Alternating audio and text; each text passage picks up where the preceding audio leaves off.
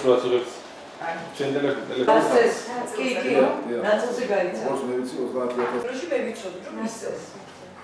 პარლამენტარ მიგზალ წიგლაურის განცხადებაზე, რომ მე ვიცემერი გია გულურდავა, იმ მუშებს, რომლებიც ქალაქ ზუგდიდის ტროტუარების ბეტონით ფილების მოპირკეთებაზე მუშაობდნენ, თითქოს მე მათ პარალელურად ჩემს სახლში ვამუშავებ.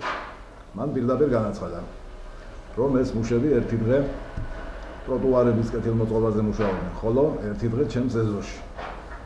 ამის გარკვევა სამართალდამცავი ორგანოების საქმეა და რა თქმა უნდა მე მზად ვარ მათთან ვითანამშრომლობ. მივმართე პარლამენტის საპროცედურო საკითხთა და წესების კომიტეტს. მოვითხოვე, რომ პარლამენტარ ნუგზარ წიგლაურს ცილისწამებისათვის ბოდიში მოეხადა.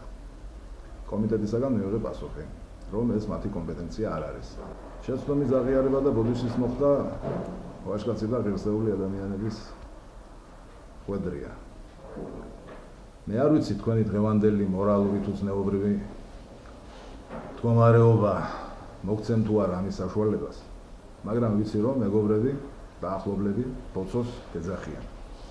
და თუ ისე ვის ძველი ბოცო ხართ და არა ნაბოცვარი, მაშინ ალბათ თქვენი ღირსების შესაბამისად მოიქცევით. მე არ ვიმუქრები, უბრალოდ ყველას უნდა გვახსოვდეს, რომ უნდა ვიცხოვროთ და ვიმუშაოთ ისე, რომ არ გვეშინოდეს ვინმე სადმე არ გადაგვეყაროს და ჩადენილი ქმედებებისათვის შესაბამისი პასუხი არ მოგთხოვოს. დიდი მადლობა. სასამართლოს აპირებთ რომ იმართოს. და დაიყვანონ ან თავში მოჭრან, ან ბოლოში მოჭრან და ტექსტში თქვან, რომ ეს მოხდა.